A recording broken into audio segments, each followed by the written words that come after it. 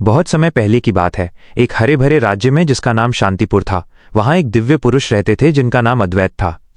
अद्वैत की आंखें ज्ञान से भरी थीं और उनके चेहरे पर एक ऐसी शांत मुस्कान रहती थी जो हर किसी के मन को शांति देती थी। वो न तो किसी महल में रहते थे, न ही उनके पास कोई धन दौलत थी। वो एक पुराने बरगद के पेड़ के नीचे बैठकर लोगों को जीवन के गूढ़ रहस्यों के बारे में बताते थे। शांतिपुर के लोग मेहनती और अच्छे थे, लेकिन उन्हें एक बात की चिंता थी। उनके राज्य में खुशियां और समृद्धि तो थी, पर लोगों के मन में ईर्ष्या और असंतोष का एक छोटा सा बीज पनपने लगा था। एक दिन राज्य का युवा राजा वीरेंद्र अद्वैत के पास आया। वीरेंद्र ने हाथ जोड़कर कहा, हे महापुरुष, हमारे राज्य में सब कुछ होते हुए भी लोग भीतर से खुश नहीं हैं। ईर्ष्या की भावना बढ़ रही है। क्या आप हमें कोई ऐसा ज्ञान दे सकते हैं जिससे ये भावना मिट जाए? अद्वैत मुस्कुराए और राजा को अपने साथ एक छोटे से बगीचे में ले गए। उन्होंने राजा को एक छोटा साधारण सा बीज दिया और कहा, यह ज्ञान का बीज है। इसे लो और अपने महल के सबसे खास स्थान पर इसे रोज पानी दो। जब यह अंकुरित होगा, तुम्हें अपने प्रश्न का उत्तर मिल जाएगा। राजा थोड़ा हैरान हुआ, लेकिन उसने आज्ञा मान ली। उसने बीज को एक सोने के गमले में बोया और उसे अपने राज सिंहासन के बगल में रख दिया। अगले कई हफ्तों तक राजा और सभी दरबारी रोज उस बीज को पानी देते रहे।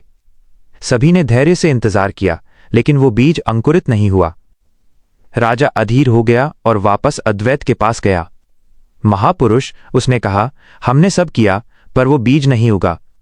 क्या ये बीज झूठा है? अद्वैत ने फिर से प्रेम से मुस्कुराया। उन्होंने कहा, ज्ञान का बीज तभी फलता है जब उसे सही मिट्टी मिलती है। वो राजा को वापस महल ले गए। उन्होंने राजा से पूछा, जब तुम इस बीज को पानी देते थे तो क्या तुम्हारे मन में यह विचार नहीं आता था कि यह एक साधारण बीज है और इसे इतने खास स्थान पर क्यों रखा गया है? राजा ने स्वीकार किया, हां, मेरे मन में संदेह और कभी कभी निराशा भी आती थी। अद्वैत ने समझाया, ज्ञान का बीज, चाहे वो कोई भी शिक्षा हो, विचार हो या गुण हो, उगने से पहले तुम्हारे मन की भूमि को तैयार करता है।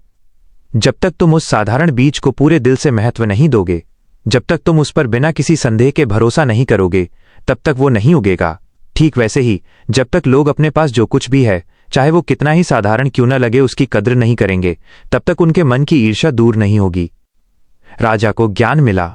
उसने तुरंत आदेश दिया कि वो बीज सभी गांव वालों को दिखाया जाए और उन्हें ये कहानी सुनाई जाए। लोगों ने समझा कि खुशी कोई जादू नहीं है, ये एक बीज है जिसे संतुष्टि की मिट्टी और कृतज्ञता के पानी से सींचना पड़ता है। जैसे ही लोगों ने अपने छोटे छोटे सुखों और साधारण जीवन के लिए भगवान का शुक्रिया अदा करना शुरू किया, उनके मन से ईर्ष्या का भाव धीरे धीरे मिट गया। शांतिपुर राज्य में एक बार फिर वास्तविक और गहरी खुशियां लौट आईं। कहानी का सार: दिव्य पुरुष अद्वैत ने सिखाया कि सच्ची खुशी बाहर की चीजों में नहीं, बल्कि मन की संतुष्टि और जो हमारे पास है उसके लिए कृतज्ञ होने में निहित है।